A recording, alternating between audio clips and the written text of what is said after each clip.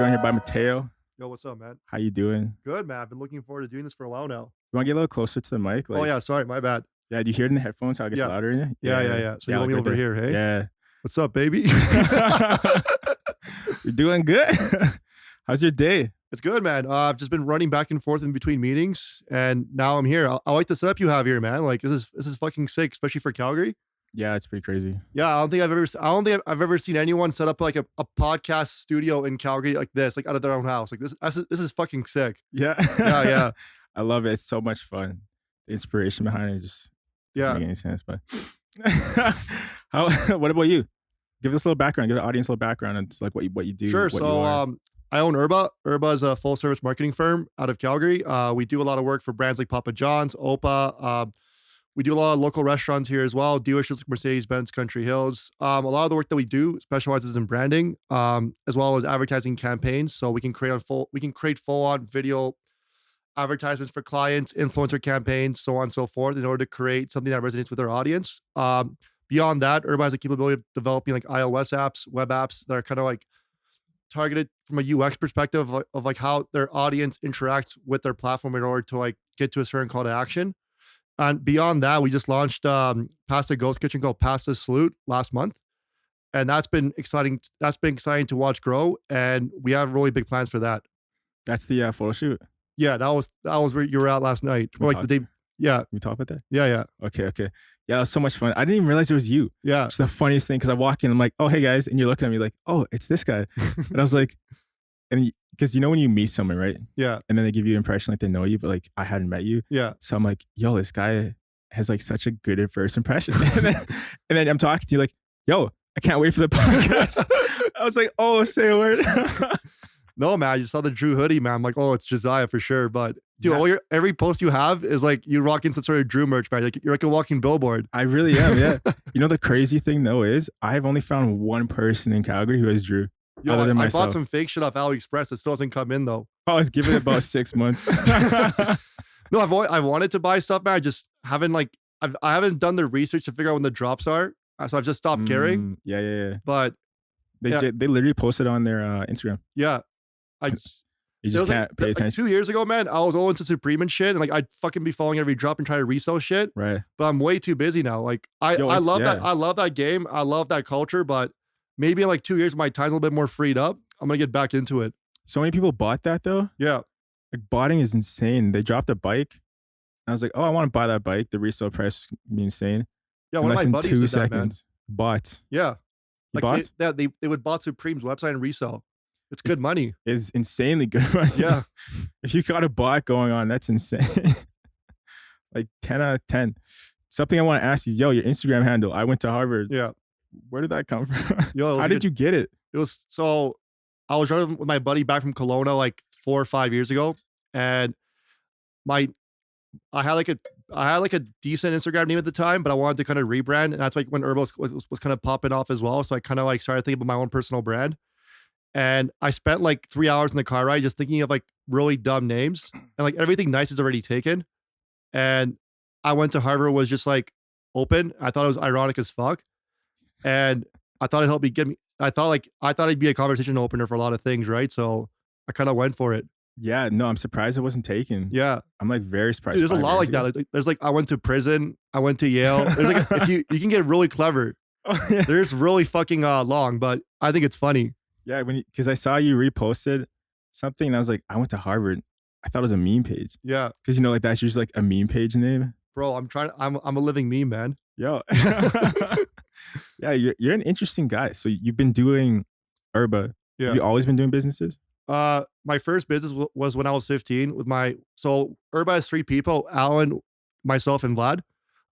Me and Alan have known each other since grade 7. And have you heard of Maple Story? Yeah. Yeah. So we played a lot of Maple Story. That's how we became friends. You came friends from Maple Story? Yeah, bro. That shit's way too much fun. And it hit different. we opened up, so when private servers first came out from Maple Story, we were one of the first people to jump on that shit. And we launched Final Story. And that was like the #1 server at the time for like a good 2 years until we got turned off by Nexon for like copyright issues. Because like the whole thing is like, Even though reverse engineering the server part was legal, we were running off their game, which creates a whole bunch of copyright issues. So yeah, the lawyers came knocking down. I was like a 17-year-old at the time, and I had to shut down. But like back then, man, like we had like over 300K registered. We'd have like 1,000 to 2,000 concurrent users online at the same time and shit. Like we were doing some crazy stuff, and like that experience taught me a lot about like, I don't know, like HR, managing people, creating a platform that people actually want to be a part of, understanding quality control, and like making it enjoyable for people to actually come to our server versus other people's servers. Marketing, influencer marketing, right? All these like things that didn't exist back in the day. We were kind of doing like all like the big YouTubers for like MapleStory, man. Like we made them all GMs in our game, and we got them posting about Final Story, which is part of how we blew up. And that was that. We were just super aggressive when it came to marketing, and we knew how to create an environment where our shit wasn't as easy as everyone else's, which made it more fun. But after that, I went to school for comp sci, because then I was just sold on making money off the internet, and I finished in 2015. Worked as a software engineer for like 2 years after school, and then Urba's kind of happened as an accident, but I rolled with it. As an accident? Yeah. Oh, I get into detail about that. Yeah, man. Like so my friend and his girlfriend had a food blog called Cow Town Chow. And I made Downtown Chow just to fuck with them. And I realized food bloggers in like Calgary, they're good, but like their photo quality wasn't the best per se. And no one was like really shooting food properly. And I'm not a foodie by any means, but what I did was I took Chantel's camera and I started learning how to shoot photos. And I would shoot restaurants every fucking day. I took it very personally. It became competitive between me and them at this point. And obviously, I'm not a dick, man. I still love Hilmy. Like Hilmy's the guy I was kind of competing against. But like I approached Hilmy. I'm like, hey man, like this Downtown Chow shit's popping off. Like I'd love for you to be a part of it. Blah blah blah. But he had other things going on at the time. But so yeah, what happened was we grew to like 5K in 2 months. And I saw a model that we could probably replicate throughout. I saw a service model that we could replicate to other restaurants. So all the things that we're doing, like brand voice or content strategy or these buzzwords, we kind of broke them down to services. And I started pitching to different restaurants saying, hey, I have this really fast page growing. I can post you on my account, but I can grow your account as well. I can do all your imagery, blah, blah, blah. And suddenly I had 2 clients. At that point, I approached Alan and my friend Dan at the time. And I told them like, hey man, like this thing makes money. I know we're all working jobs, but I know for a fact we all want to quit and we want to do our own shit. And we've already tasted the holy grail like at one point of our lives. Yeah. So like, let's run with this shit and try to scale the fuck out of it. And they were down. So that went well. And like, we started growing off, and then we realized like we didn't want to just be just food, because what we were doing could be done towards so many other sectors and so many other like businesses, that the name Urba came around. Urba's like the first 4 letters of Urban. So like we created like a bunch of like Urba accounts on Instagram to kind of like, they're meant to be more so like brand awareness pieces, but like we try to offer news and interesting things to do within the cities. And our tagline's like make more, because we're trying to like, we realize like a place like Calgary, it's people that make Calgary interesting. Calgary itself is still young and still hasn't developed a good identity. So we're trying to say like make more of Calgary, like make more of everything that's in Calgary, make more disruption, make more hype. Like it's up to us to make more. That's our entire company ethos.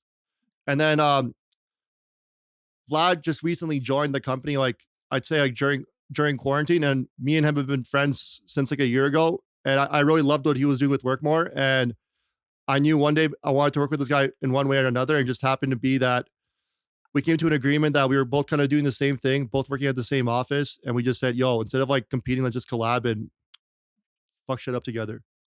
That's awesome. Yeah, that's kind of my story. That's actually like inspirational.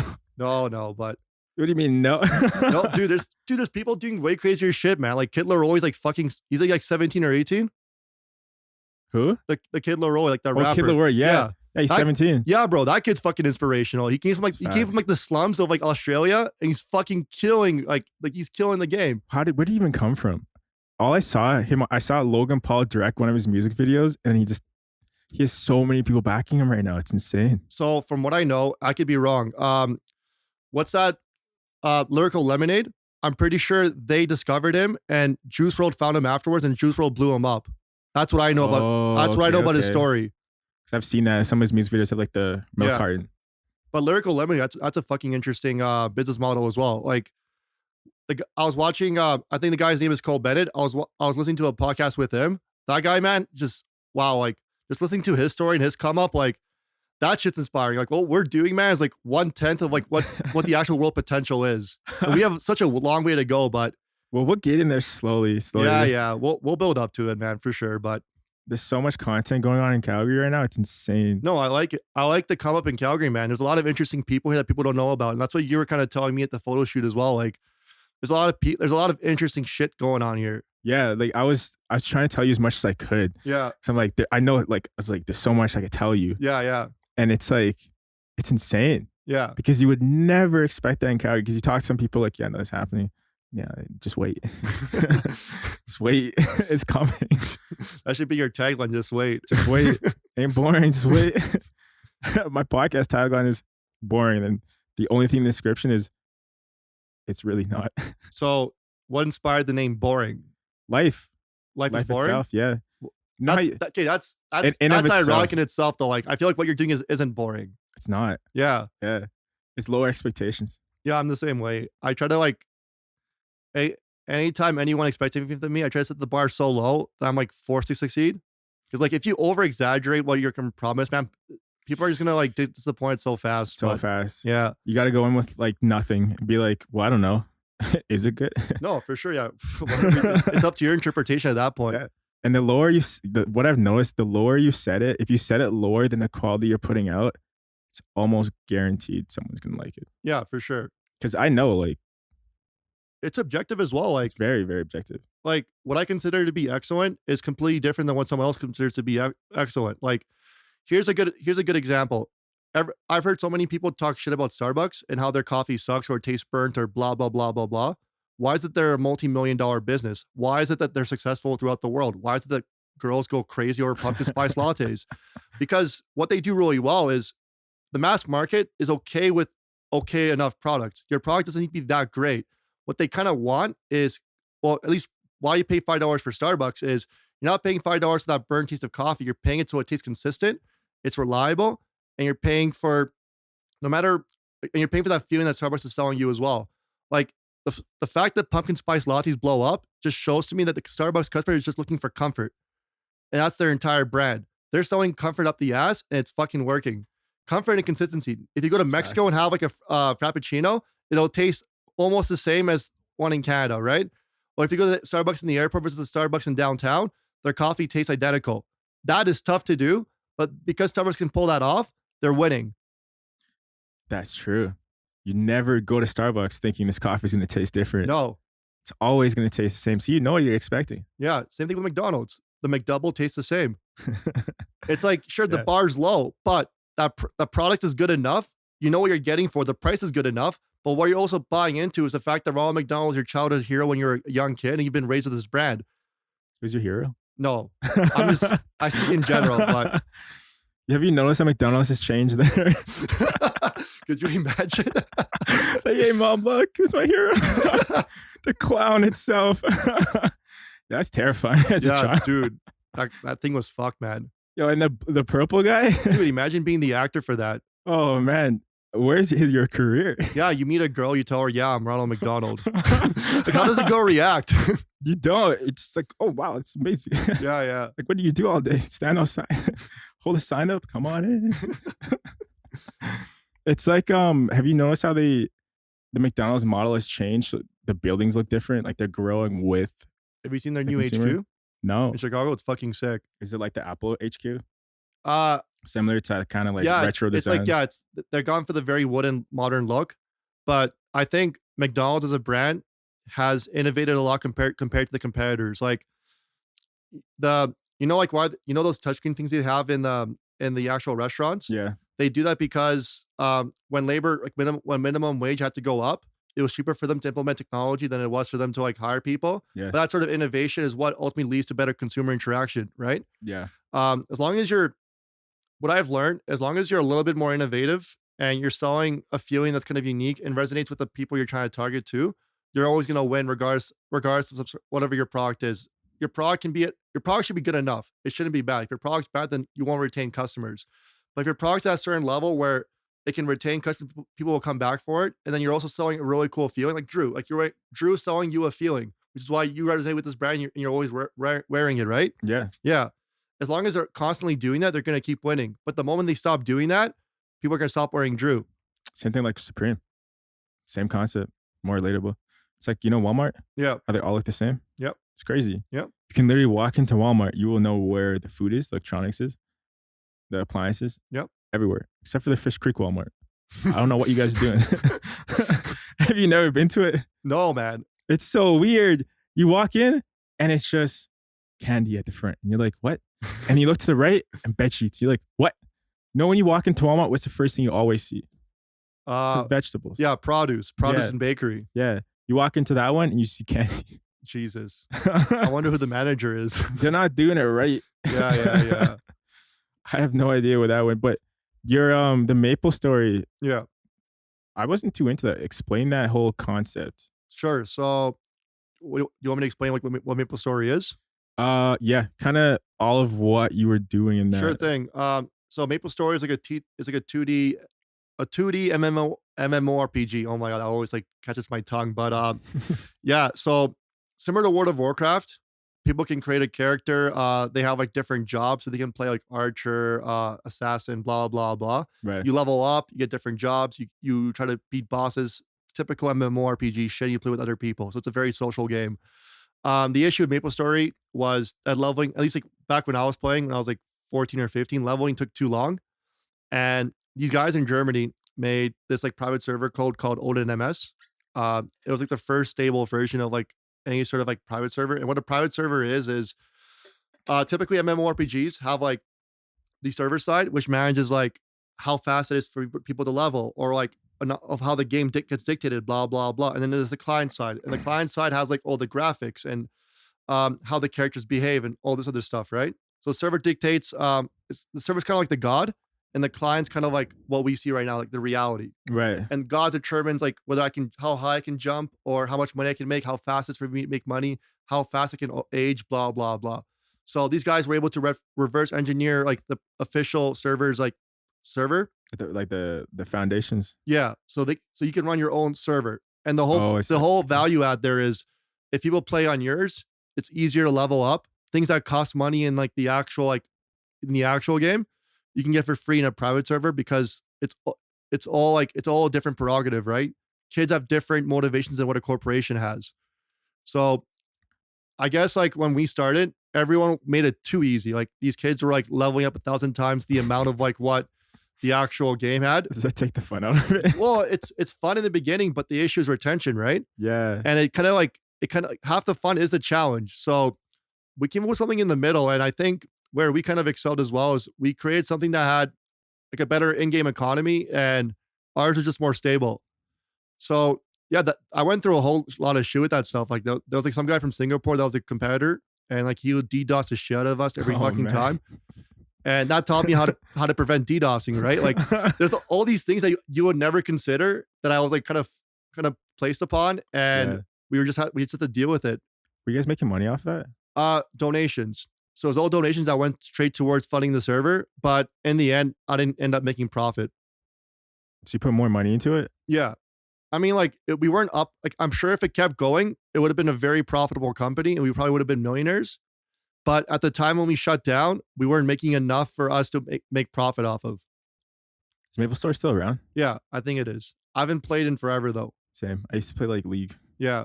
Oh, dude, my friend Alan plays League like crazy. You guys should play. No, I can't play that game. Why? It's too toxic. You get into that game and you can't leave. Yeah. Have you ever played it? No, man. I stopped gaming when I was 18. Yeah, just don't ever play that one game. The community is so toxic. Is Maple Story toxic? The community? I have no idea. I mean, when I was playing, I don't know. I thought it was fun. I'd never had like any sort of like issues. How do I relate this? Okay, have you ever played games with global chat? Yeah. You know how sometimes it gets toxic? Yeah. Now imagine that 100 times fold. I see. But imagine your whole team is losing and that one guy is just being so toxic and everyone. That's gamers, man. Like gamers have no filter. None. It's amazing because it's so fun to watch. Yeah. It's like playing Counter-Strike, man. Half the shit that comes out people's mouths. You don't expect it. Yeah. It's a different realm. Did you play games a lot? Were you like hardcore? When I was a teenager, man, I was obsessed. I'd play games. The first thing I looked forward to after school was playing games. But that's the thing. Like, I wish I was born like 5 years after. I could have been a Twitch streamer. Yeah, I'm pretty facts. confident I could have like done a good job. But I was like in that awkward mix where YouTube was still young, and my parents are just like typical Eastern Europeans, right? So like I could never leave the house. So all I could do is play games. Wait, what? Yeah, man. You guys can't leave the house? Well, no, like when I was like young. Oh, is it? Yeah, Oh. yeah. I don't know Eastern European parents. I don't know any of them. Dude, it's like Is that like the commonality? I don't know. Like, I guess for some, like my parents were just really conservative. That's all. Like when we were young, we couldn't go out, but when we got older, then they didn't really care. Oh, makes sense. Okay. Yeah, okay, yeah. that makes sense. Sorry, continue what you're saying. What was I talking about? The games, Oh yeah, Twitch, 5 years. yeah. I'd play a lot of Counter Strike. I was obsessed with like Counter Strike Source 1.6. There was this game called Guns. I'm not sure if you've heard of it, but like Guns was fucking fun, man. Like it was just the most addicting shit. There's like other game called Gunbound. I'd play a lot. So like What year is this? like 2006, 2007. Okay. Yeah, like dude, this is like 14, 15 Yeah. years ago. Yeah, dang, you were really like at the wrong time. You would have been perfect for this. Yeah. I'm hoping my kids, man, like I'm just gonna buy them cameras when they're 4 and let them start vlogging. Just be like, if this is your passion, do it. Yeah, There's so much money in There's it. actually, and like it's just self-expression as well, which is what's so fun about it. Like, Yeah, you get to be yourself. and Yeah. Have the world judge you. It's amazing. yeah, let people talk shit, whatever. Let them talk. And the more they talk, the more you boom. So Yeah, no, for sure. it's awesome. Yeah, I love it. But yeah, I don't know. Have you dealt with any hate? I feel like even if you haven't dealt with hate, people are gonna talk shit about you behind your back regardless. Yeah. I kind of just assume people talk shit. Yeah, same. And I mean, like, I know, like, I know, like, when it comes to Urba, anyway, we have competitors. I'm sure they talk shit. We talk shit. Like, everyone talks shit. It's normal. It's part of human psychology to talk shit. Yeah.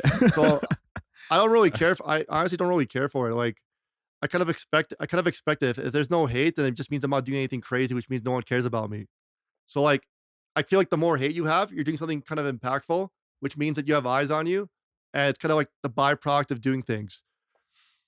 Yeah, that's true. Look at Justin Bieber, like back to like talking about Drew, man. Like he probably has so many haters. Or like when he was young, he had so many fucking haters. Oh, man. yeah. Yeah. Everyone was judging him. Yeah. The guy was like, And this 17. kid's like, I listened to him like talk in front of cameras. He's so down to earth, he's so humble. And he's such a hard worker as well. Like I've personally never hated the guy. Like, Did you hear his new song? Lonely? no, You haven't heard I've stopped Lonely? listening to his new stuff, man. It's too soft. I want to go back to Purpose. Like that shit was sick. Yeah, that was actually when you said soft. I was thinking like you'd be like, dude, I need him to start rapping like 6ix9ine. No, 6ix9ine is just another level, man. 6ix9ine is the definition of getting hated on. 6ix9ine is the definition of how to market hate. Yeah. No, Like, if this you guy's want like he's like a master troller, man. I love it. So big. Like if you want to learn how to market with hate, look at 6ix9ine. Yeah. And Even just like listening to him on like the Logan Paul podcast, like this guy, he's so self-aware of what he's doing. I know it's he's- amazing. I think he's a fucking genius. Like I love watching 6ix9ine clown on people so much. It's the funniest shit ever. And so many people, like even you just saying that is gonna like so many people are now gonna be like, what are you talking about? It's triggered. Well, yeah, well, But the thing is, marketing is so key to being in that industry, and he's doing it well.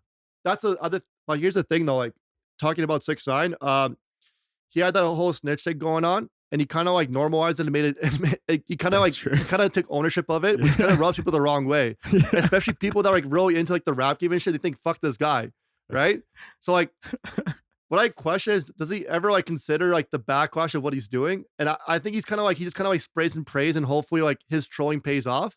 But there, you have to get to a point where like you start considering other perspectives as well, and try to be a little bit more calculated with how you troll. Yeah, he what was it? Someone he commented on, I think it was Lil Durk's Yeah, comment, and he was gonna pay someone I think $6 million to have like a drama battle in it yeah. just to get the attention. It's like, yo, you paying someone $6 million just to argue with you? Yeah, no, but it makes sense. It's a campaign. Yeah, which I was just like, that's nuts. It brings awareness, keeps him relevant, it sells his music. Yeah, except like he kind of bit the hand that fed him, Yep. and they bundled it. Did they bundle it or did they not? What was it again? I have no idea. They did something which lowered his sales from they anticipated almost things like 150,000. Oh He yeah, I only saw sold that, like and then he was 60. crying over Instagram. Yeah, he's like, wow, you guys really bundled all my stuff, huh? I don't know the exact note.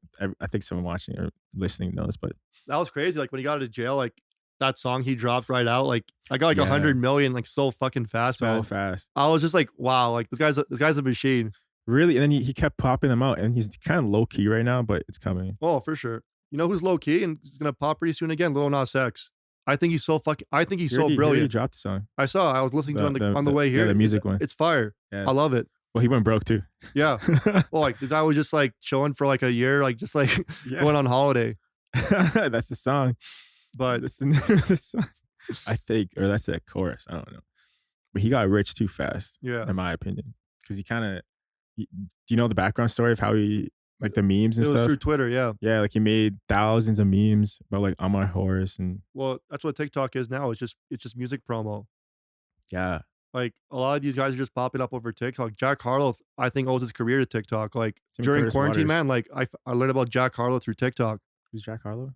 What's poppin'? Brand new whip just hopped. Oh dang, Yeah, yeah, Same with Curtis Waters. yeah, yeah. He's from Calgary, Damn, that's crazy.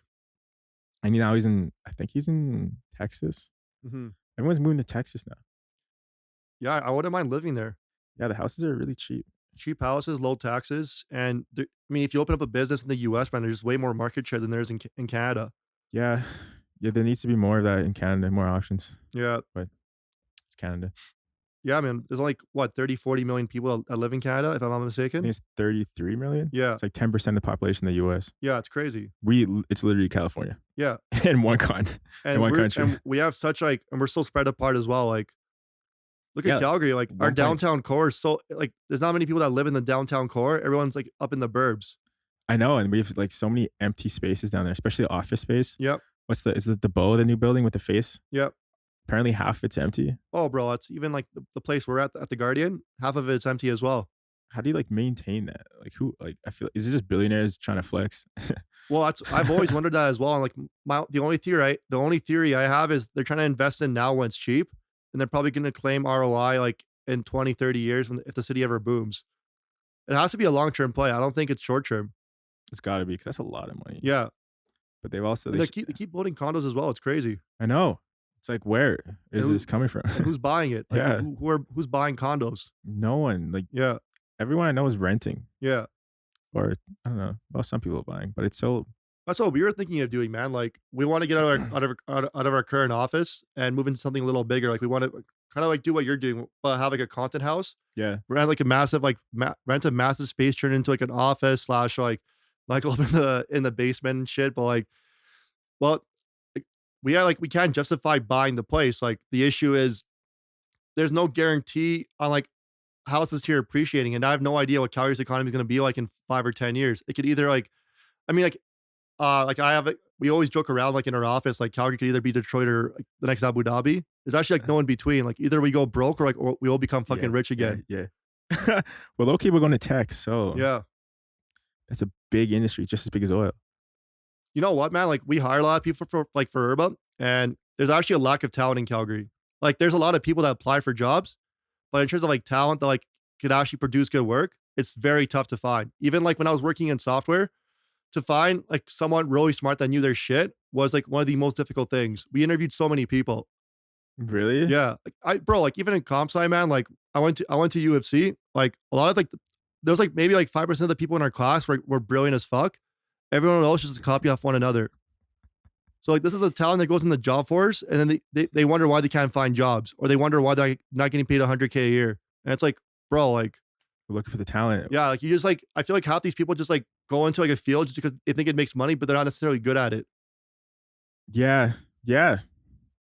That's interesting. So dang. So you guys look for talent. I always hear the weirdest things of people who are in uni and they're like, yeah, we need to have this, we need to have this. It's gonna be perfect. Uni is such a bubble.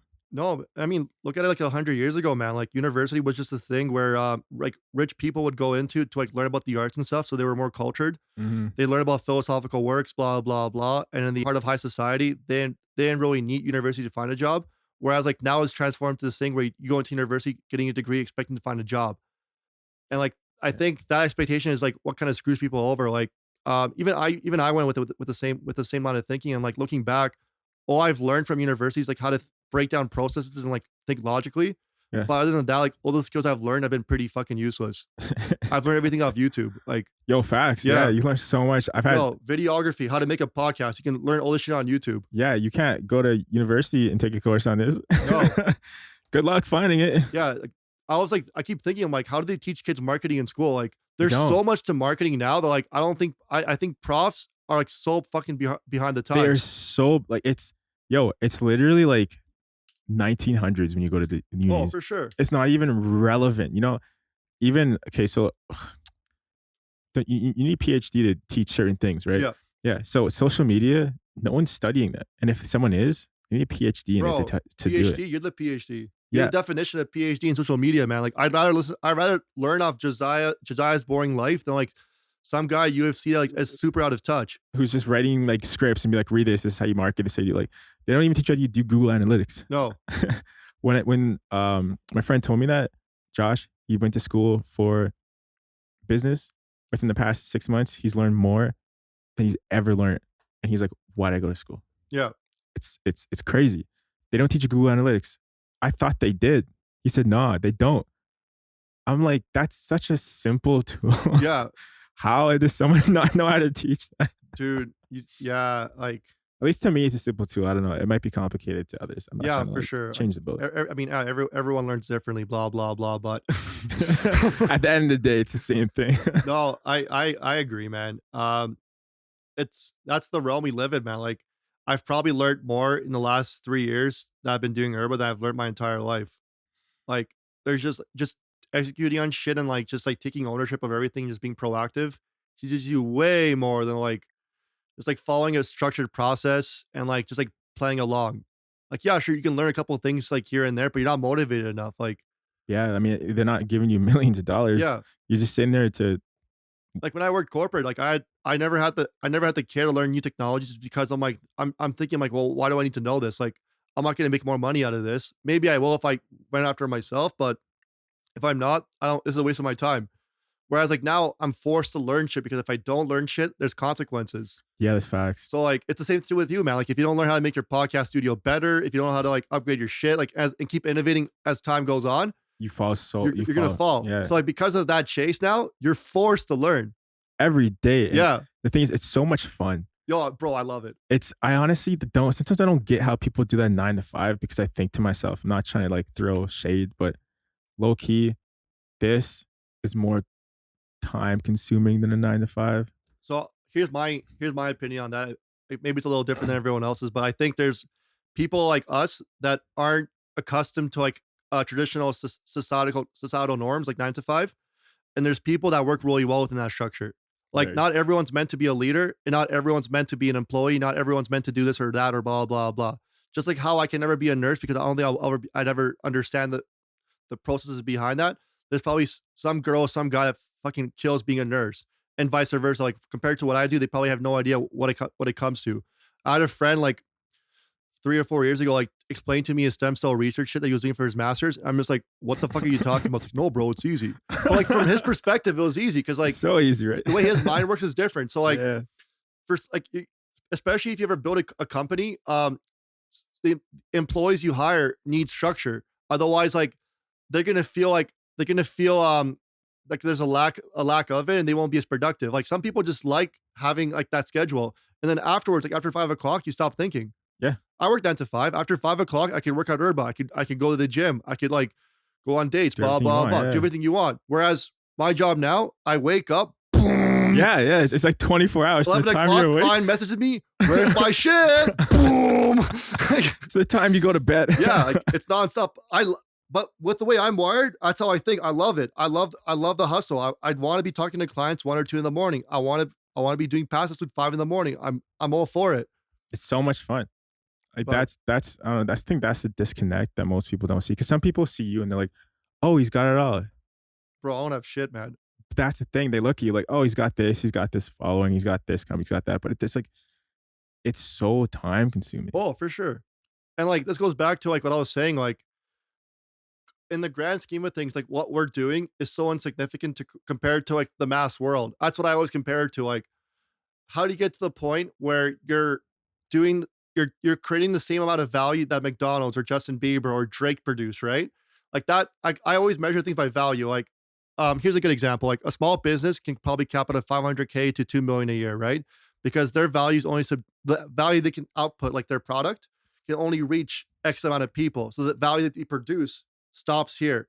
Right. Whereas McDonald's is so scaled that they can produce value worldwide. Right. Drake is so skilled, whenever he drops a fucking banger, it produces emotional value or musical value or entertainment value worldwide. That's why Drake's net worth is a lot higher than like a small business. And I guess like the goal that I personally have is how do I go away from creating small value to big value?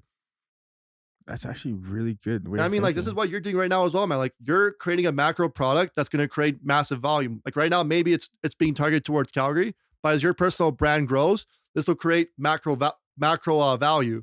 Yeah, and that's where boring pockets will pop off, and then one day I'll be like, "Yo, I was part of that shit." But right, like it was amazing. Yeah, there's a lot that goes into it. Even wearing the Drew merch, that's also just like part of the whole value. Yeah. It's creating value. It's value from a comfort perspective, from a emotional perspective, from like a value perspective.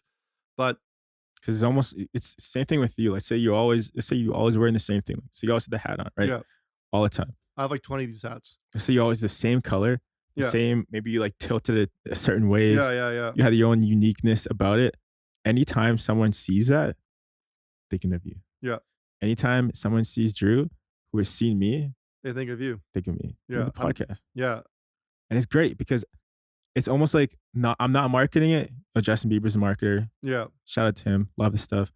But I'm just riding the train. No, I'm the same way, man. Like it's just a brand I've created for myself.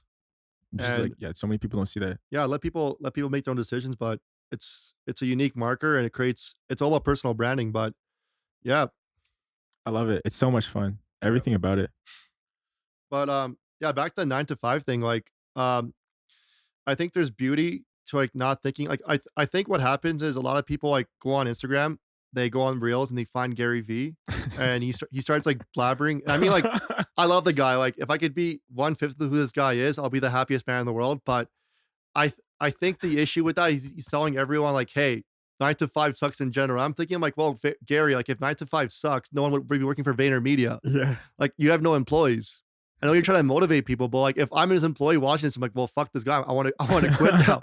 And then if all his employees quit, now he can't sell ads to Budweiser. Yeah, he can't do anything. Yeah. I think the approach is nice. I think he comes from a good place, but from a macro perspective, like everyone thinks different, everyone behaves different, everyone wants different things. Some people are content with just doing X amount of things because their idea of life is a different way. There's nothing wrong with that. I love those people because they kind of push us, which is nice. We need those people. Yeah, I want to provide value for them. Yeah, and vice versa. It goes both ways. I think there's systems in life and there's positions in life that everyone has to occupy. And there's no right answer here. I don't think the answer is for everyone to quit their jobs and try to be entrepreneurs. Then it'd be anarchy. It really would be. Who would be buying what and what would be buying what? You know. Well, I mean, yeah, you'd have B2B transactions, but that would be such an interesting. Imagine if the 9 to 5 was owning a business and owning a business was a 9 to 5. Like the roles got reversed. Yeah, how chaotic things would be. Oh, that'd be terrible. And then there'd be people. Why do you want to work all the time? Work 9 to 5. You have 5 hours off. You get 2 weeks of vacation. Bro, I have no vacation, man. I go on vacation. I have people still screaming at me.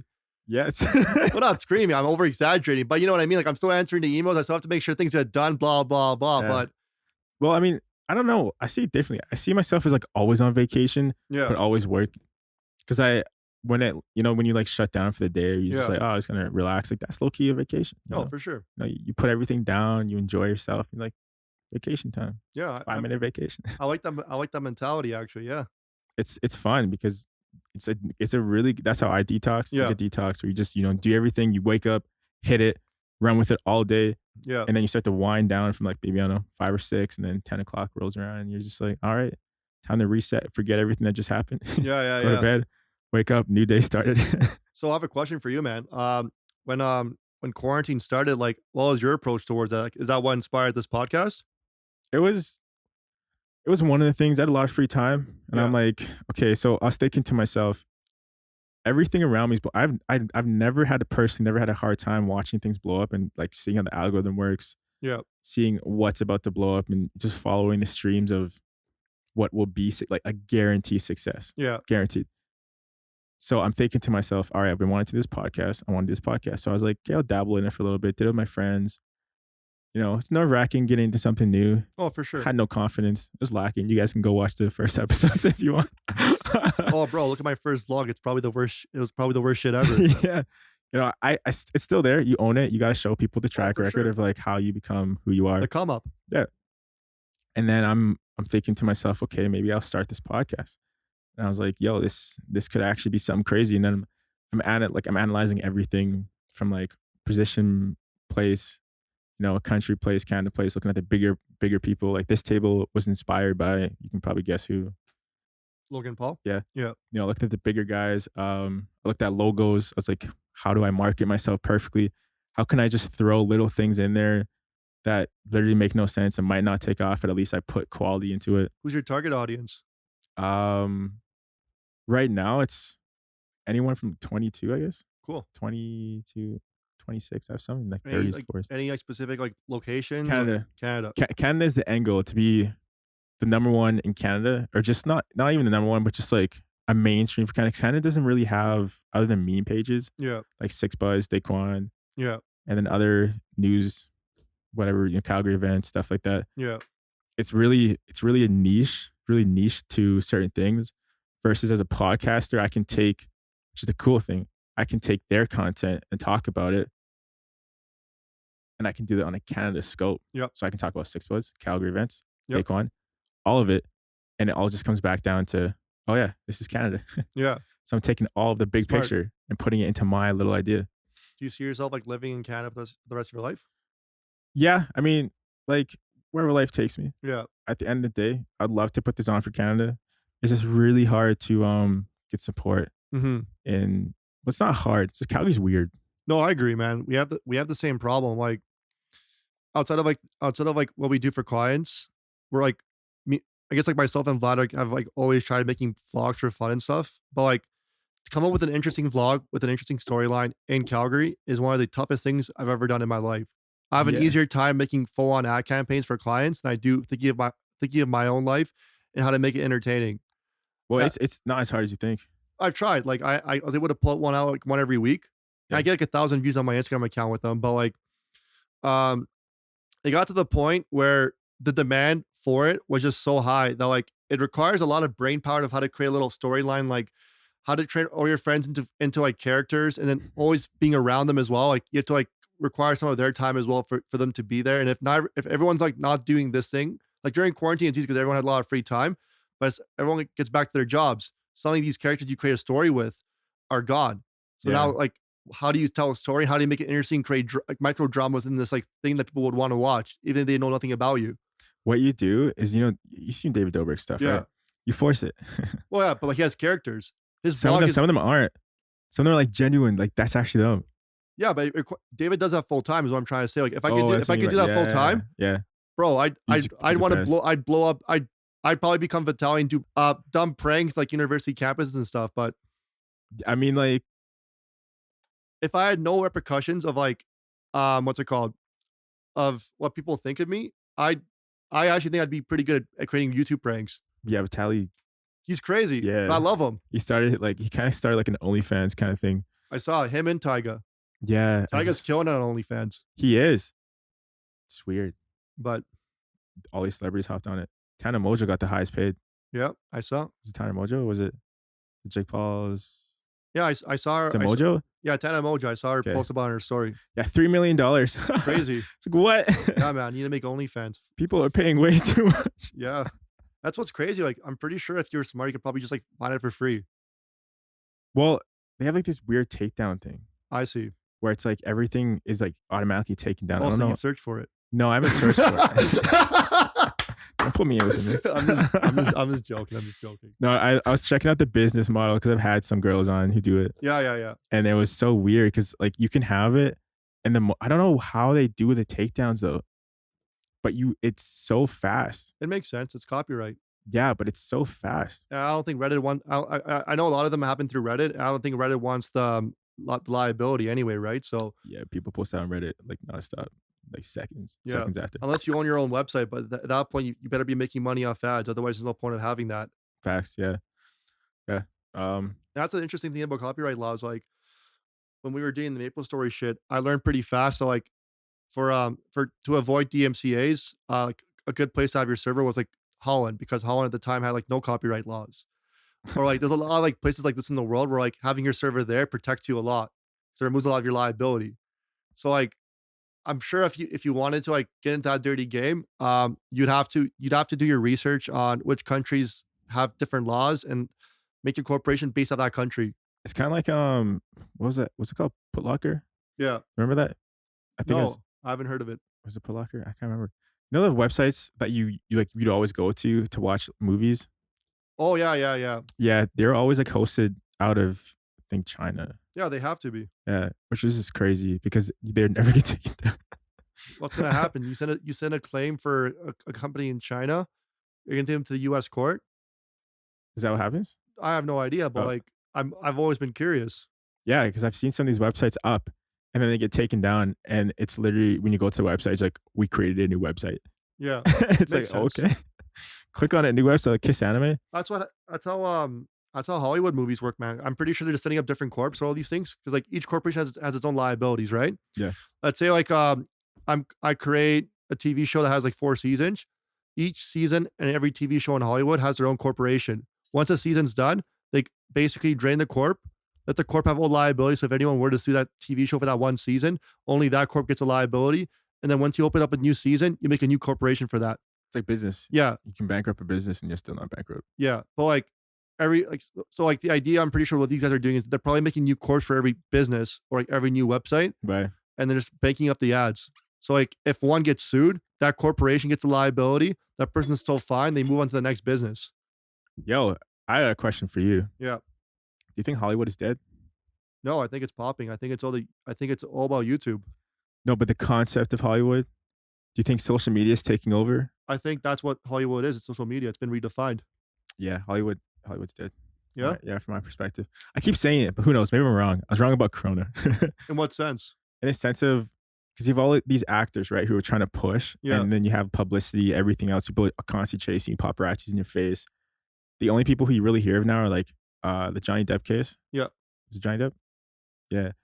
And then occasionally, Brad Pitt pops up, George Yeah, Clooney. it's all the old stars. So that all the A-list actors are the only people you're hearing about right now. Yeah, I don't hear about anyone new. Nope. So if they're not acting, where's Hollywood? Not to mention the box office.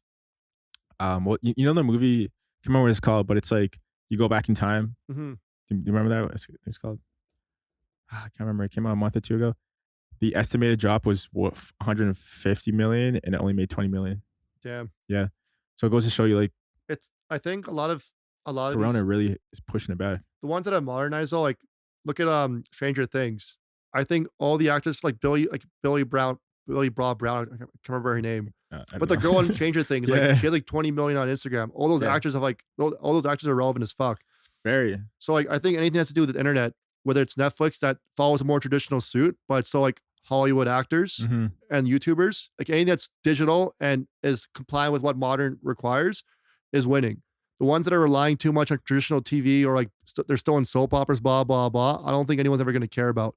Soap operas. What are those? No, but like that's the thing, right? Brad Pitt doesn't have. I swear, Brad Pitt does not have Instagram. No. I was looking for like the other day, actually. That's so I know, funny. isn't that crazy? Yeah. It makes sense. He doesn't need it. He doesn't know, but those Well, are if he had IG though, like, dude, Oh, Brad Pitt would man. be getting so many girls, man, off IG. Brad Pitt would destroy it. It'd be like Cristiano Ronaldo. Yeah, dude. Just destroy He it. would destroy it. It wouldn't be fair at that point. I remember when I first got Instagram, everyone's like, yeah, everyone's on it. I was like, really? I looked at Brad Pitt, not on it. And I was like, not everyone's on it. Yeah. It's like 7 years ago. Does George Clooney have an I think so. I know Leonardo DiCaprio does. okay. He always posts about global warming and Yeah. what he's doing. You've seen that? Yeah, I've seen that. Yeah. And then he like rides a plane afterwards. Yeah. Yeah, I've seen that. Yeah. The double standards never fail to amuse. What is your take on double standards? In what sense? As in, how you see people in social media push one narrative, but then they're living luxury and doing all this crazy stuff. They're not living It's a to it. business. I think I think there's businesses and consumers on Instagram, Facebook, TikTok, and all these other social media platforms, right? And while I appreciate the perspective of people saying social media isn't what it paints itself out to be, it's because people make money off it. Therefore, they're motivated to paint a certain narrative because it makes them monetizable towards whatever niche they're going towards. So they're obviously they're going to push that in order to make money survive. And people that basically follow them look up to that message or whatever. So I mean, like this has always existed. Like TV is the same way as well, where you hear like Oprah Winfrey or any sort of influential person discuss certain issues. I'm sure she has double standards as well. Way more. It's just better masks. And maybe she's not, but like there's for sure at least one person out of everyone that has their own TV show and has a personality, from Dr. Phil or whoever, that probably says one thing and does another thing.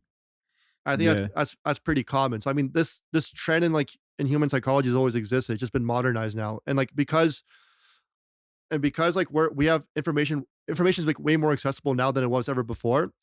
We're more aware of it than we ever were. So that's what I think of it. Just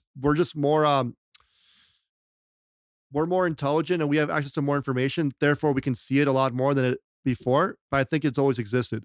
So in that context, do you believe in cancel culture? Because social, so anyone Wasn't Doja influencer, Cat canceled? yeah, she was. I Yeah, think, I still listen to her. I love her music. yeah. So influencers put their entire life on the line. 'Cause Yeah. that's an influencer life, right? You got to put yourself out there as a picture. So it's very easy to fall into your own double standards. It's very easy to cancel you. Logan Paul was canceled, but he came back. Yeah, but he He did the worst possible thing. he did it like twice, but he was smart about it. Just Yeah. keep posting, and if That's the people thing, don't like- like you, they don't like you. But they It's a business. People have always canceled come back. McDonald's 100 times. Like when that movie came out where they're exposing McDonald's for being terrible for you. Can't remember what it was called. I think it was super. Super. Size Me. Yeah, Yeah. yeah. Like that was canceling McDonald's, right? Yeah. McDonald's is like one of the best, like one of the best fast food chains in the modern world. Yeah. They even adjust to Thailand. I don't know Yeah. if you ever go to Asia McDonald's. No, I In haven't. Asia, the whole menu is different. You go to European McDonald's, Oh, it's all whole different. menu is different. Like, Go to McDonald's in Greece, you're having souvlaki burgers. It's crazy. yeah, it's not even McDonald's. Yeah. Well, not our McDonald's. It's your McDonald's. Yeah, So- no, that's what it is, man. Like being an influencer is just a business, and your business is being an influencer, but you're going to be subject to public relations or people cancel you. But you as a business have to be so smart that you create crisis situations or risk management to the point where you know how to divert that situation and get back.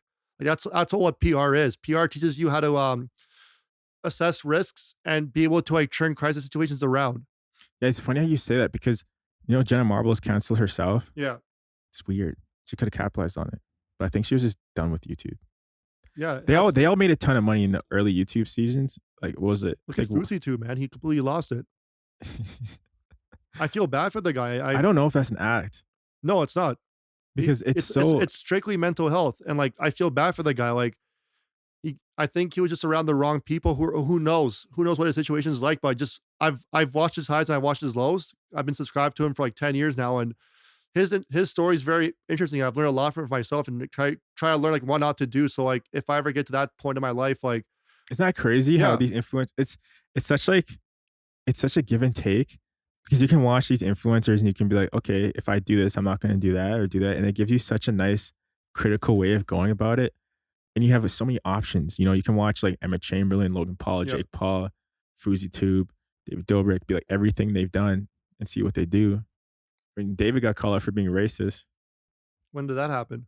it was during quarantine, I think like 2 or 3 months ago. Because you know how his vlogs are really edgy? Oh yeah. Like he just pushes the bar constantly, but that's him, Yeah, He low key, it's like kind of he's running with a cancellation of him already being canceled, but people are just like, yo, this dude's awesome. He's so open about everything. yeah. I think I mean, regardless of the situation that happens to you, I think as long as you're a smart business, whether you're a smart influencer or smart company, blah blah blah, as long as you have good support systems in place, you should always be able to recover. Now, how long it'll take for you to recover, who knows? But Yeah. it's not impossible to recover from being canceled. I think canceled is just a temporary phase. Like Bella Delphine, Yeah, I've heard of it. she's got banned off YouTube. Damn, that's fucked. Yeah. Did you see her views? No. She had 1.3 I think she had 1.7 million or 2.7 million subs, Mm-hmm. but every single video was getting over 10 million. Why did she get banned? Too seductive. The content was too adult-like. That's the But the thing. thing is, she posted on her Twitter the double standards of WAP, out here. Yeah, I was doing gonna that say, stuff. like, I've seen some really risky shit on YouTube. Yeah, but then it shows you when you're an independent person, you can get deleted so Yeah, easily. it But when you're supports- when you're pushed by like media, you have a business, you have all this stuff, you So don't. it's support systems. You Yeah. need to create like, the one lesson I've learned in life is no matter where you are in life, if you have no support systems, you can lose things like that and become homeless. Like, look at like I'll use like my example as a career. Like, if Urba were to go away, what support systems do I have for me to survive as a person and make an income? Now I think back to myself, okay, what are the skills I have? Who do I know? Who can I leverage? Blah, blah, blah. How can I offer myself as value again and create more revenue for myself so I don't go broke? I think the issue is at least some of the influencers I've seen anyway, don't think this way. They don't think back to support systems where they think, okay, if the worst were to happen, what's my plan What are B, my plan C, options? plan Yeah. D? What am I good at? How do I provide value? Who do I know? How do I build more relationships? So if the worst were to happen, I can still fall like here instead of falling down here. Yeah. Or like, who are my friends? Like, if I'm in a fucked up place, who can I reach out to and who's actually going to be there for me, right? Creating really good friends, really good infrastructure, blah, blah, blah. You're only as strong as your support systems. The crazy thing is, you know what she did? She went to Twitter. She's like, YouTube, why are you banning me? And then the very next post, OnlyFans. That's funny. And she's probably making way more money off Way that. more, yeah. And it makes sense. The marketing she's so good at marketing though. And that's also the free market, man. Like up until 2-3 years ago, like OnlyFans didn't exist and there's a need for it. Like there's always been a need for a platform to create adult content and no one wanted to cater towards it. It's so crazy. Like Bella Thorne. You heard about that? Yeah. Hopped on, made 1 million. Got everyone And mad. She didn't even post anything crazy. No. She was just making fun of it, if anything. Apparently it's for a role. Hmm. I heard as a role for a TV show or something. I don't That's know. funny. Yeah. Just hopped on just to see what it was like. I mean, you're talking about Hollywood being dead. We're also mentioning Bella Thorne. But she's mainstream. Yeah. It's different. Like she's social media.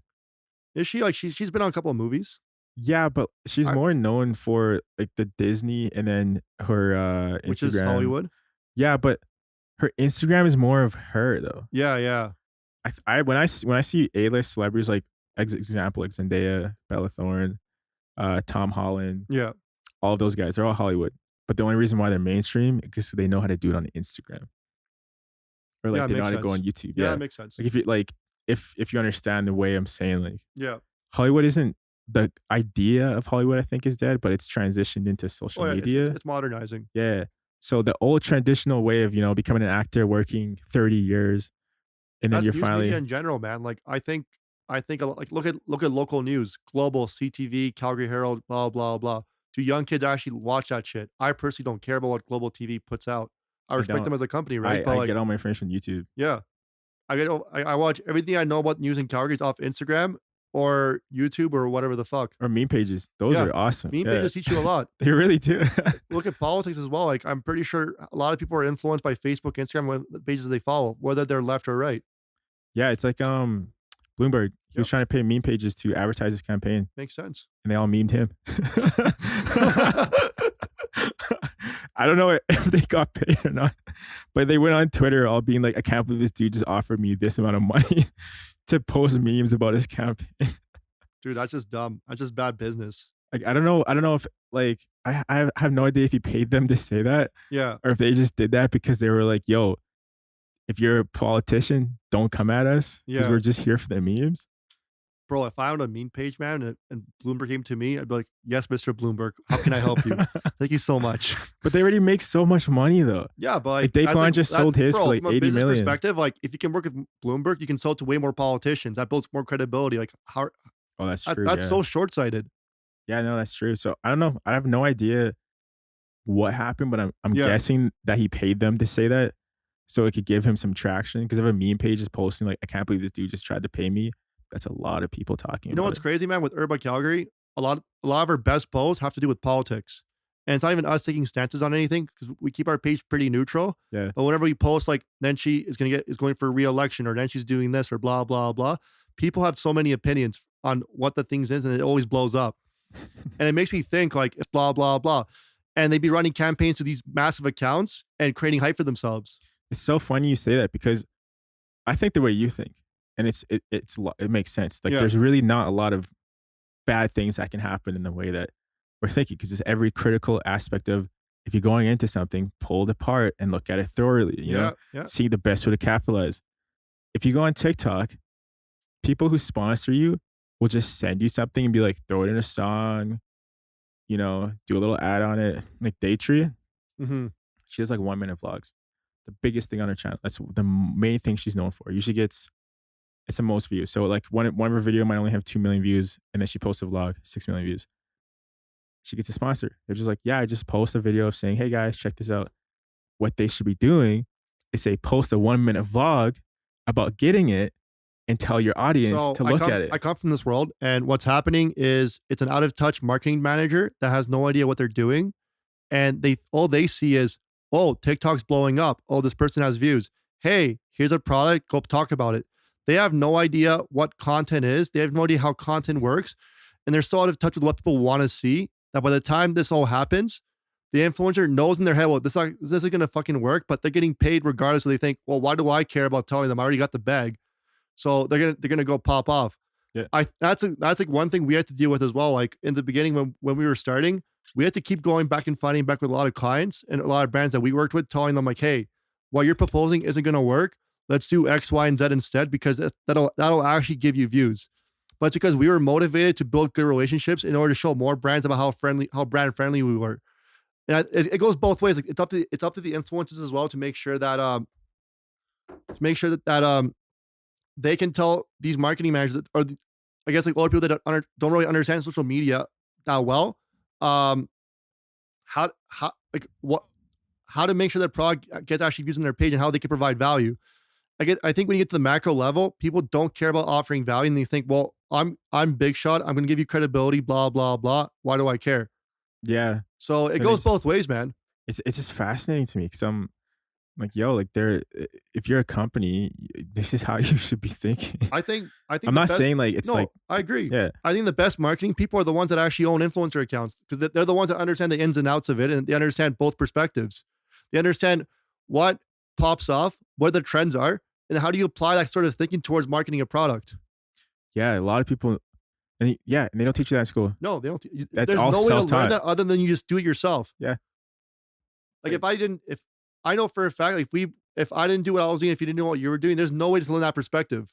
None. And this podcast wouldn't be this conversation. It wouldn't be, talking about relevant things like we both can relate to it so easily. And I know there's people listening right now who can understand what we're saying, can't relate to it. But if you're a business listening to this, change your model. Well, there's some really innovative companies as well. Like we work with a lot of smart people and a lot of smart marketing managers that get it, man. And I'm learning off them as well. I'm just like, holy shit! I didn't see There's so much to learn. Yeah, man. And like, I guess like to sum all that part up, like I think a company's only as strong as the people that work for it. And I think like the number one thing a company can invest in towards is human resources. Like if your talent sucks, but like you yourself are really smart, you're only as strong as your weakest talent. Like I can guarantee you, like the reason why McDonald's pays so much for their staff is because they want the best talent, or they know like the appeal of working at McDonald's is so negatively seen that they're willing to overpay, make sure that they get the best people in the place in order to guarantee good service at a store level as well as at HQ level. I can guarantee you. I didn't realize they overpaid. Well, bro, like you probably make way more at McDonald's than you do at any other place. Sure, there's no tips, but like, it's like base salary. It's probably there. Yeah, it's not bad, and it's guaranteed. And they offer like I know at one point they were offering students like for them to pay their school or something. Like really, they have like programs like that. Like I don't know if they still do that. I remember that was a campaign they were running like 4 or 5 years ago from what I saw driving through. But yeah, like I'm sure people that work at McDonald's HQ, you have to know your shit. You have to have some sort of relevant experience. You have to have some sort of value add. They're not just hiring anyone. Yeah, because if not, they'd still have that clown outside sitting on a bench. Straight up. Someone probably went up to them and said, hey, what are we doing? Get this clown off the bench. And that, the purple guy, back to them. Do you know what I'm talking about? Yeah, the dinosaur or whatever. It wasn't a dinosaur. It wasn't a dinosaur. It was like this weird, hairy purple dude with just eyes. The robber, right? No, different guy. No, they had like what was it? The robber, the clown, the purple guy, with I think he had big yellow shoes. I don't know, Yeah. traumatizing as a child. So happy they changed it. No, dude, it's What do you think of Elon Musk? How he says, you don't need a degree. Do you believe in degrees? yeah. I think I have a degree, and it definitely teaches you a line of thinking, and it provides you a form of credibility. Like my dad always told me that you're not going to school to find a job. You're going to school to tell people that, like when someone asks you, what did you do in school? You can tell them something impressive like, oh, I did this at this school. Right. And people are like, oh, wow. Yeah, for sure. Oh, that's incredible. Or like when you take a girl on a date. So where'd you go to school? You don't have to feel scared and be like, well, funny story about that. Right. You tell them I went here and I also do this and I also did that. And he says, oh, wow. It's credibility. You're ultimately selling something to someone. So, I mean, if you see value in that social credibility, I think it's worth it. If you don't see value and you're willing to outspend like, let's say like you're that Twitch streamer and you have something that's going and you're going to pop off, going to school for 4 years is a waste of time. Biggest waste. You can make so much You can make money. so much money. And that form of credibility outweighs the social proof of what school offers you. Like, but if you don't have that going on, I think you need that credibility. Otherwise, you're one step behind society. Unless you're doing something that outputs value and you're that smart. So you say value over picking something? As long as it has value. As long as it has more value. Yeah. Like if you gotta base it off opportunity. Like if you have an opportunity to do more without school, go for it. But if you don't have that infrastructure put in place, then you need some sort of support, back to support systems. You need a support system. So you go to school. Now you have some knowledge, some skills, and some form of credibility that you're not dumb. And then you can go to an employer and tell them, hey, I have all these things and I can work for you and provide you some sort of value. That's one option. Option 2 is screw the 4 years, go on YouTube, learn everything yourself, and then go offer your services to someone as a contractor. Hey, I know how to do all these things. I have all these proofs. But in order to do that as well, you have to work for free. You need to provide things for free for people because no one's going to hire you without any sort of experience. That's quote out reality. You have to go out to people and tell them, hey, I'm going to do X, Y, and Z for free for you if you just let me prove myself. You go prove that to a reputable business, then you have something to show off to people if it's good work. If it's bad work, then you're back to square one until you improve. So like weigh your options. Weigh your options and be realistic with where you fall in. I think people criticize school a lot, but for some people, I think it's actually a really good option. Yeah, no, I agree with that. Fully agree with that. But for you and me, man, I don't think we needed it. No, I mean, that's foundation. Yeah. Yes, yeah. It has foundation. I see the value in that, but like, I always question myself. If I spend 4 years making YouTube videos, where would you have been now, right? Yeah. Yeah. Like which I always like ask myself that too. Like would you prefer if someone gave you an option of going to 4 years, like right after high school, like either you can spend 4 years in high school, maybe guaranteed job, right when you come out, you might have to look for a while, or spend 4 years making YouTube videos and building a platform and making like progressive money. You might not be incredibly famous like you think, but you might have a steady income. Like which so that one comes up, do you pick? You have to understand who you are and what you're good at and be realistic. Like if you're a good looking dude or a good looking girl and you have a personality, you're going to fucking pop up on TikTok, YouTube, whatever the fuck, so fast. But if you have that going against you, you better have some sort of talent. You better be fucking funny. Comedy is so key. Like back to FouseyTuber, Vitaly, they're not the best looking dudes in the world, but because their value add is extreme content, whether it's their crazy pranks or them like going batshit insane in front of everyone, that creates so much drama or so much excitement that people want to watch that. So it's not even about who this person is, it's about what they're doing that makes them fun. Yeah. Or you're Charlie D'Amelio, where it's just so much fun watching her dance or blah, blah, blah, that value add is going to be there. But if you don't have that value add, then you should reconsider. Do you, no, that's true. Yeah. Like you gotta stick with the idea. Yeah. You have to know what you're good at. What's your X factor? Like, can you actually be entertaining? You have to be very self-aware. Yeah. I'd say to be into social media, like incredibly self-aware, because if you're not, you're going to get tossed around. Oh, for sure. So easily. Yeah, for sure. And like, nothing will pop off. Nothing will make sense to you. You'll be like, I'm trying so hard, but because you're not aware of, sometimes like you have to like outweigh everything, which, sometimes it hits hard because you post a video and you're like, I hope it does good. Every YouTuber posts a video and they're like, wow, that was complete trash. Yeah. Anyone I know who's making YouTube videos, they're just like, yeah, it's trash, post. But the fans love it. Yeah. Which is kind of funny because, Charlie got canceled. Did we talk about that already? No, we talked about cancel culture, but we didn't talk about Charlie getting canceled. Yeah, she got canceled. I saw that. Yeah, Yeah, and then that was blown up. it was so funny because she lost 1 million and then gained like 3 million. Yeah. Well, she's like a 16-year-old kid, man. Like, I don't know what people are expecting. Or like, even the thing with her sister, like puking to that snail or whatever, like, I would have puked the snail as well. That just seems so gross. Yeah, I never had snail, but I don't think a snail going down my throat is the most appetizing thing. Yeah. You know? I think things are overblown so much. And what's her name? Who's the lady who fainted? She was wearing the black lady with the I have no idea. she fainted on I think it's Rena or something. I don't know. Some meme that happened. She kind of was like, oh, it was a Yeah. Halloween costume. Do you have any idea what I'm talking about? No, I've. Anyways, she has a talk show host. She was like completely destroying them Yeah. for no reason. And then everyone's like, yo, what do you think of this? And I don't get it. Even Paris Hilton. I think she's so sick. Wait, is it Paris Hilton? Who's the person who always comments on everyone's TikToks? I have no idea. It's this one like actor who like comments on every single person's yeah. TikToks. And he's like, why you guys doing this? Why are you wearing bikinis? Why are you dancing? That's him trying to get exposure. Yeah, and he's so good at it, but he continually does it. And then, yeah, I don't know. The whole Charlie thing was a bit weird. Yeah, I agree. I mean, this goes back to what I was saying, man. Like, you're asking me about haters. Like, Charlie's output is so high that it's only natural people are going to hate her.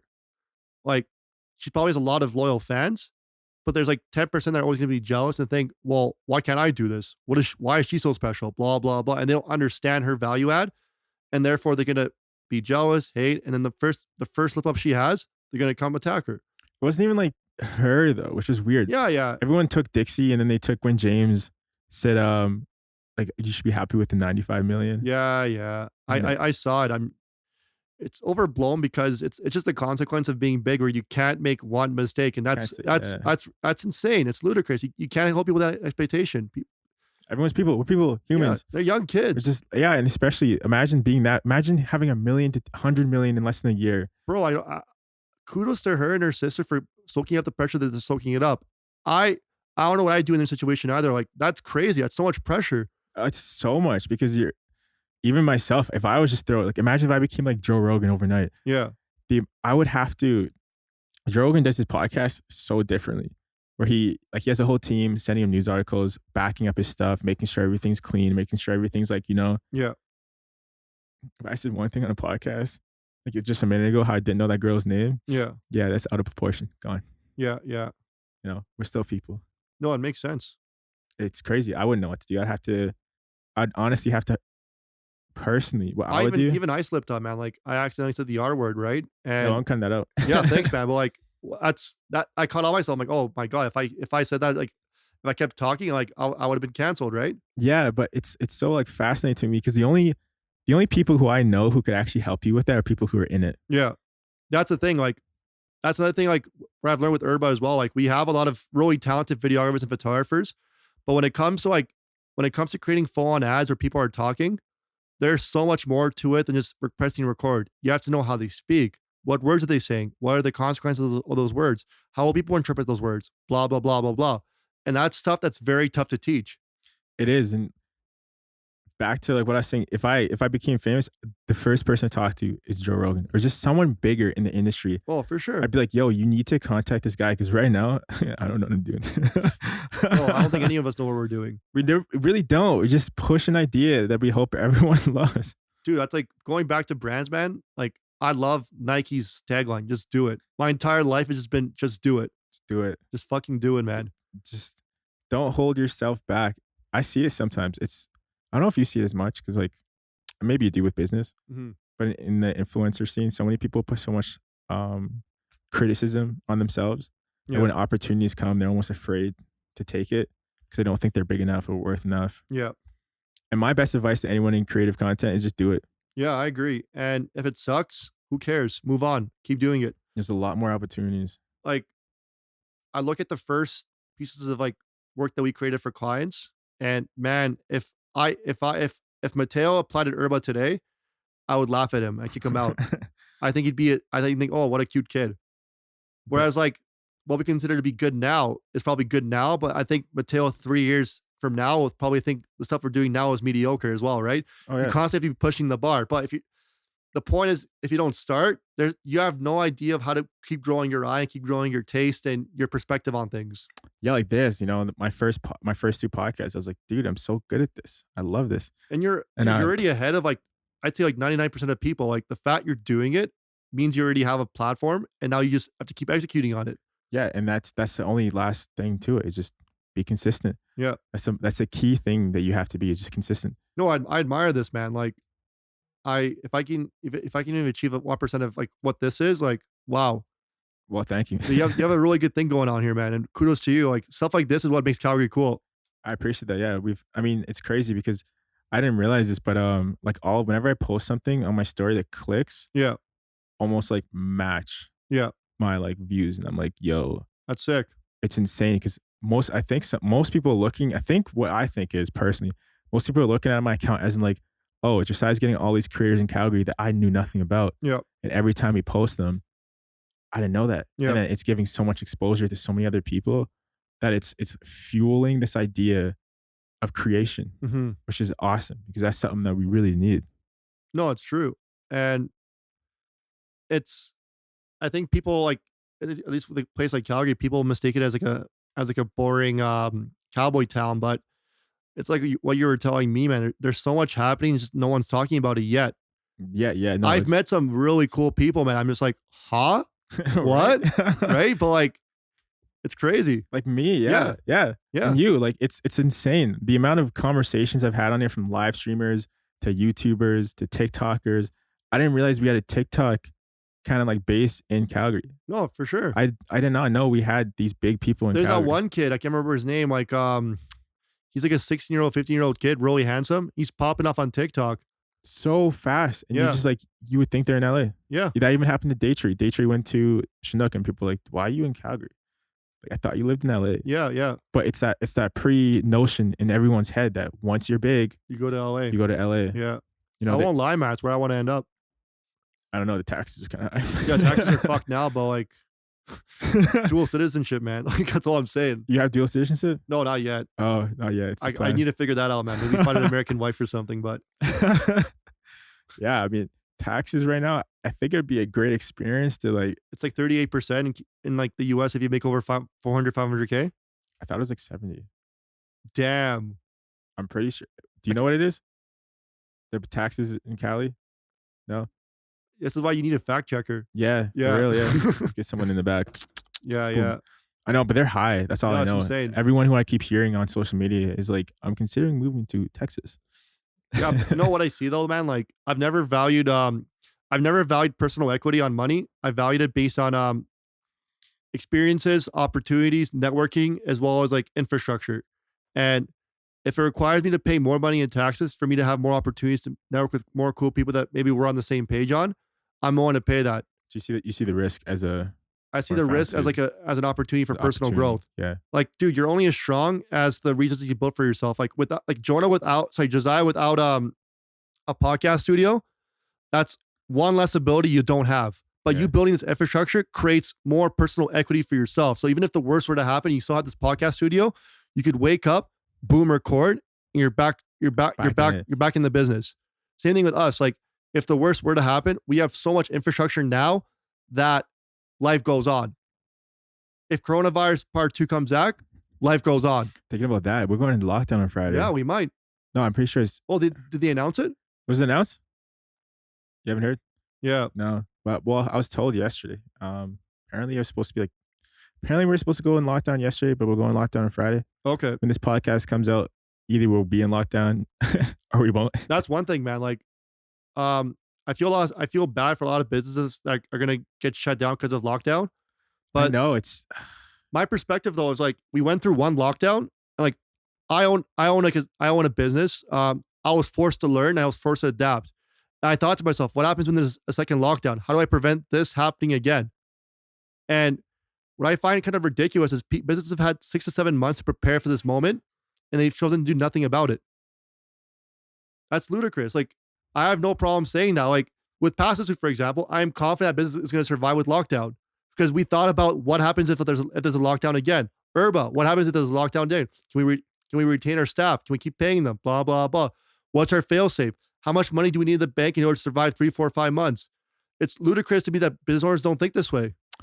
Yeah, no, it's like even the QR codes. Yeah. Yeah, people are selling those for like $600-$700. You can make it for $20 online. Yeah. Not even, you could do it for free sometimes. All you have to do is stick the menu on it or the website link. And people are literally paying someone. That's bad use of money. That's terrible HR. That's terrible infrastructure, which leads to overspending on dumb things, which leads to when there's like in lockdown, they spend their money on dumb things. Therefore, they have no money in the bank and they're going to get killed. And they could have Googled half that stuff. Oh, for sure. It's crazy. And to add to that, mental health is the whole idea of, yo, people are going crazy. I don't know if you've seen, I've seen some videos in the States where just people, like they literally have people on the streets now looking for crazy people.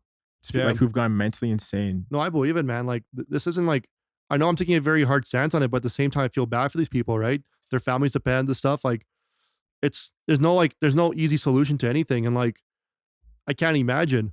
Yeah, it's ridiculous because honestly, you know, working out is a sign of mental, it's a collective mental health. Talking to people, also mental health. You know, you can't isolate. Not everyone's built to be isolated. No. When we were in lockdown, I was skipping rope in my office every day. I had to do something. I just had too much energy in my body and I needed to clear my head. Yeah, and then it comes down to, you know, gyms are closed. You can't even go to the gym to do that. Yeah, what do you do when you can't go for a run when it's like minus 20 out? Sure you can, but that's a pretty unpleasant run. Very. It's not that fun. No, it's not. Whereas like at least in March, it was like getting kind of warm, so it wasn't too bad. Yeah. But no, it's a bit of a pickle, but I've read that in 2021, at least in Alberta, they'll be releasing close to 600,000 cases of the vaccine. I think 400,000 from Pfizer. I think is that what the company that just like dropped it a couple days ago. Yeah. Yeah. So I think 2021 will be good, but it just comes down to which people take the vaccine versus the ones that refuse not to, right? But you know those moms, bro. Yeah. Schools are gonna have a heyday because I don't know if they make it mandatory in schools. The amount of Facebook posts that you're gonna about to find. Oh, for sure. Good marketing. Good marketing, yeah. Good way to stir up some trouble. No, for sure. And I mean, if people aren't taking the vaccine, then damn. Some people don't believe in it. Some people do. Yeah, I mean, like there's no right or wrong answer, right? But yeah. Well, yeah. Anyways, want to end there? Sure. Yeah. Yeah. We'll have a part 2. Okay. Come back. I love this energy. It's actually like awesome. No, dude, I'm anything you got, what's it called with this podcast, man? Anything you guys need or like anything we can contribute, we're always down. Hey, that's what's up. I love that. Check out, is it Mateo? Yeah. Yeah, Mateo. I went to Harvard. Can I shout something? Yeah, shout out whatever you want. Yeah. Shout out Urba Calgary, Pasta Sloot YYC. Pasta Sloot's chef-driven comfort food that we're releasing out of Ghost Kitchen. We're delivering off DoorDash, Skip, Uber Eats. And we have some really good stuff. If you really like pasta, I like our Polo Lounge. It's a really good bolognese. Facetune with some truffle oil, some prosciutto. Holy fuck, it's so good. I go nuts over it. I have to give you a coupon code as well, man. Go for that truffle. Dude, you gotta try it. It's so good. I got to. Yeah. Too bad you guys don't come out here. Bro, I'll deliver it to your house. You personally? Yeah. Oh, wow. I think for part 2, but do it on if we can do it after 4 o'clock, Wednesday to Sunday, I can bring Pasta Sloot. We'll do it. That's the plan. Yeah. Wednesday, Sunday. Yeah, that's the plan. Yeah. Yeah, stay tuned for that. Thank you for coming on. Bro, thanks for having me, man. An actual pleasure. This is actually a fun podcast. Yeah. You're actually really good at this. Thank you. Yeah. I appreciate that. Cool. But anyways, check him out. Buy his pasta. And keep watching Boring Podcasts. This fucking thing is the best thing in Calgary. I don't think anyone's killing the podcast games. I don't think anyone's killing the podcast game in the same way that Boring Podcast is. So keep subscribing, keep watching, and yeah, shout out Josiah. Josiah's Boring Life. Bye.